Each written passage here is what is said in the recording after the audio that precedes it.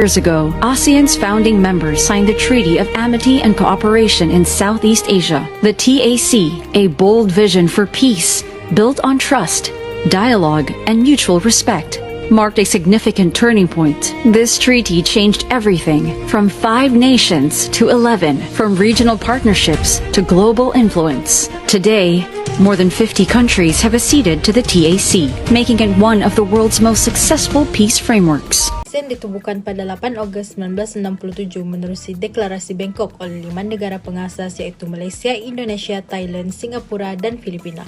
Penubuhan ini lahir daripada keperluan untuk mewujudkan kerjasama serantau, membina kestabilan politik dan menggalakkan pembangunan ekonomi selepas era ketegangan Perang Dingin. Pada masa itu juga, ASEAN juga berfungsi sebagai barisan hadapan untuk mengekang pengaruh ideologi komunis di Asia Tenggara.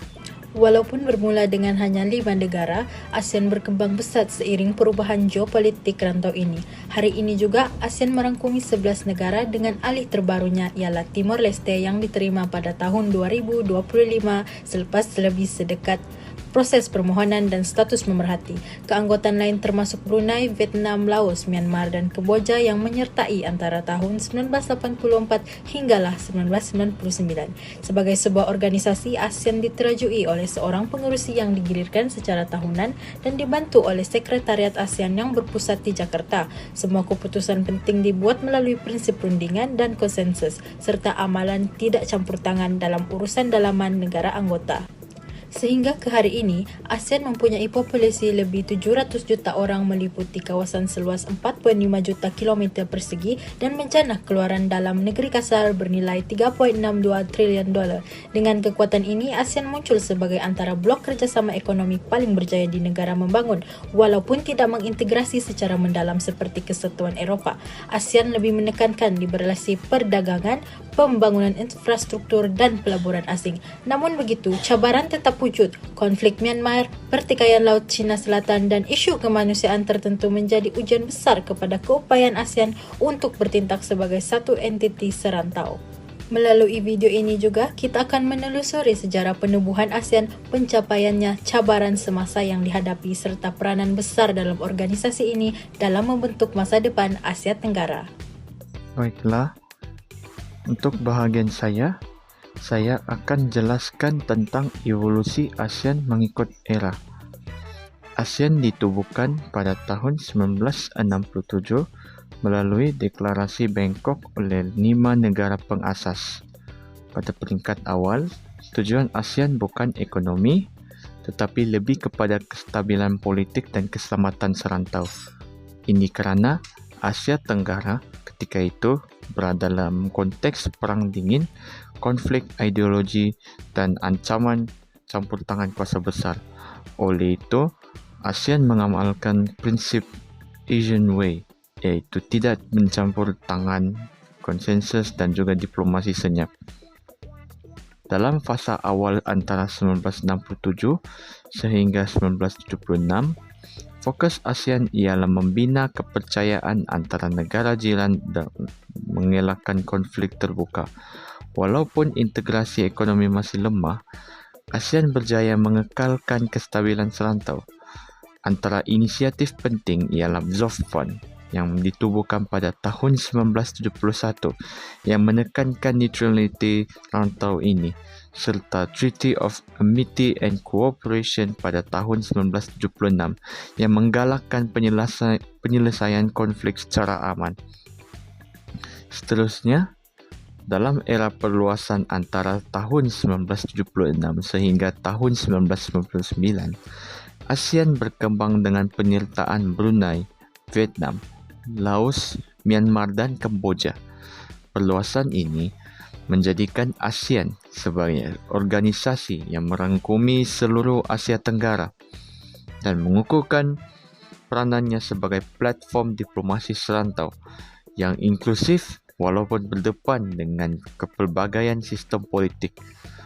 Memasuki pada abad yang ke-21, ASEAN beralih kepada fasa institutionalisasi dan integrasi ekonomi.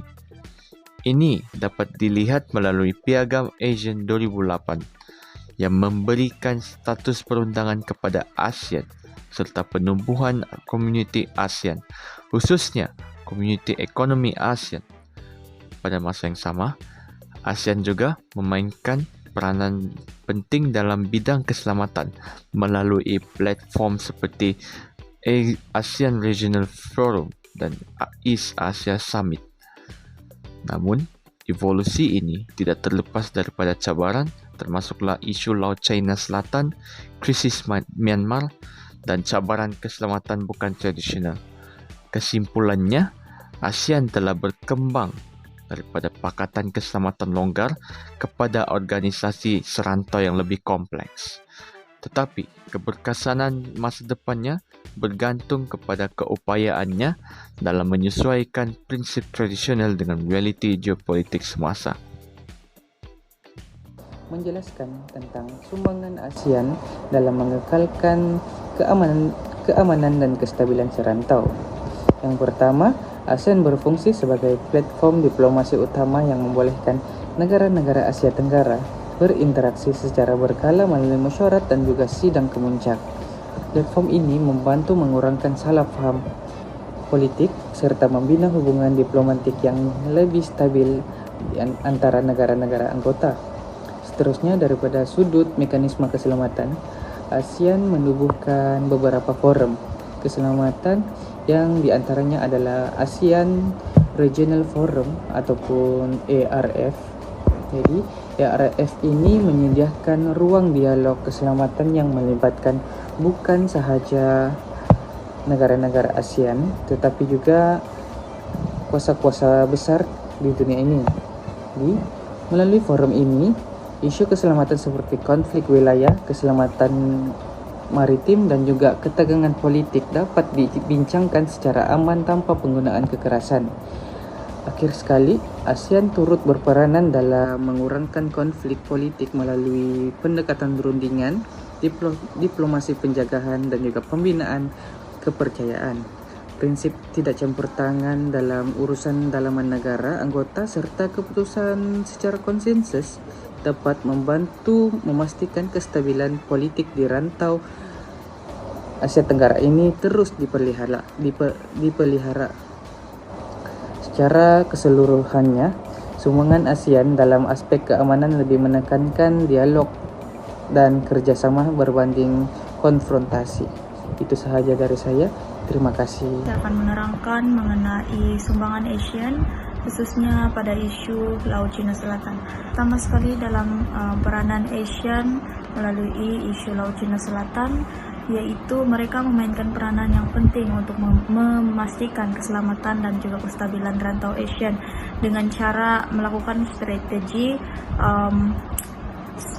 diplomasi dan juga perundingan. Contohnya, ASEAN bersama China telah mewujudkan sebuah deklarasi, yaitu Declaration on the Conduct of Parties in the South China Sea, yaitu DOC, dan juga mengusahakan Code of Conduct untuk mengelakkan berlakunya sebarang konflik bersenjata dan untuk mereka memastikan kawasan perairan itu terkawal. Yang kedua ialah kerjasama bukan kombat, yaitu kerjasama yang tidak melibatkan peperangan. Contohnya, mereka melakukan kerjasama melalui pengurusan bencana alam, misi pengaman, latihan ketenteraan bersama. Kerjasama ini dapat meningkatkan lagi kepercayaan antara negara-negara anggota ASEAN.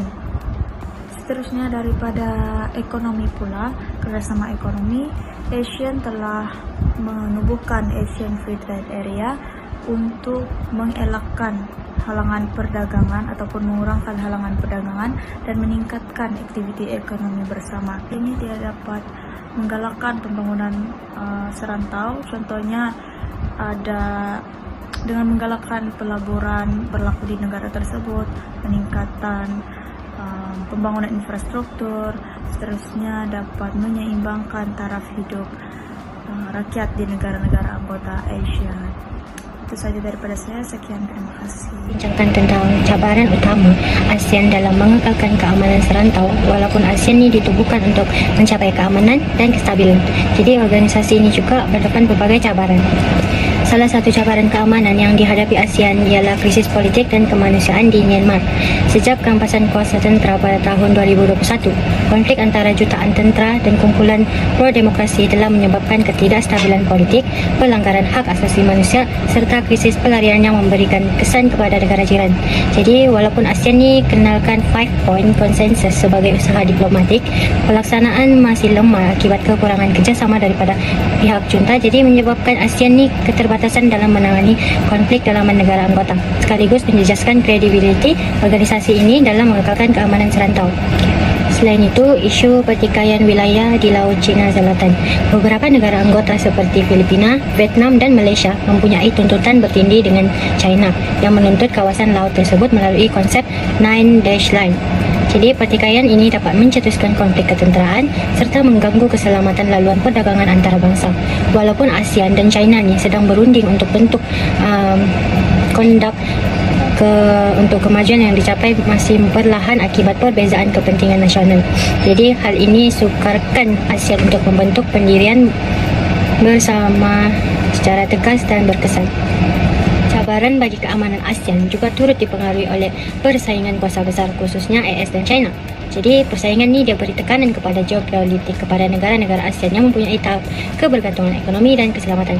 Jadi keadaan ini dia memaksa ASEAN untuk imbangi hubungan dengan kedua-dua kuasa besar tanpa jejaskan kestabilan serantau. Tapi perbezaan kepentingan nasional sering halang ASEAN ni daripada mengambil pendirian bersama, sekaligus melemahkan peranan ASEAN sebagai aktor keselamatan serantau yang bersatu. Akhir sekali ialah prinsip non-inference, iaitu tidak mencampuri urusan dalaman negara anggota. Dia merupakan salah satu asas utama ASEAN. Walaupun prinsip ini bertujuan untuk kekalkan keharmonian antara negara anggota, ia juga menjadi cabaran dalam menangani konflik dalaman seperti krisis di Myanmar.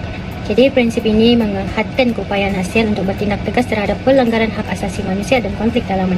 Kesimpulannya, semua cabaran ini tunjukkan bahawa ASEAN perlu kukuhkan mekanisme keselamatan serantau agar lebih responsif terhadap ancaman keselamatan. Hanya melalui kerjasama yang lebih erat, ASEAN mampu kekalkan keamanan dan kestabilan di Asia Tenggara secara berterusan. Baiklah, kita beralih di kesimpulan, iaitu secara keseluruhannya, ASEAN telah melalui satu proses evolusi signifikan bermula sebagai sebuah pakatan keselamatan serantau yang longgar kepada sebuah organisasi serantau berinstitusi yang memainkan peranan penting dalam mengekalkan keamanan dan kestabilan Asia Tenggara. Melalui pendekatan konsensus dan prinsip tidak campur tangan yang dikenali sebagai Asian Way, negara-negara anggota yang berbeza latar belakang politiknya dan ekonomi telah berjaya bekerjasama dalam suasana relatif yang aman. Dari segi sumbangan, ASEAN berfungsi sebagai platform dialog dan mekanisme pengurusan konflik secara aman di samping memperkukuh integrasi ekonomi melalui Komuniti Ekonomi ASEAN.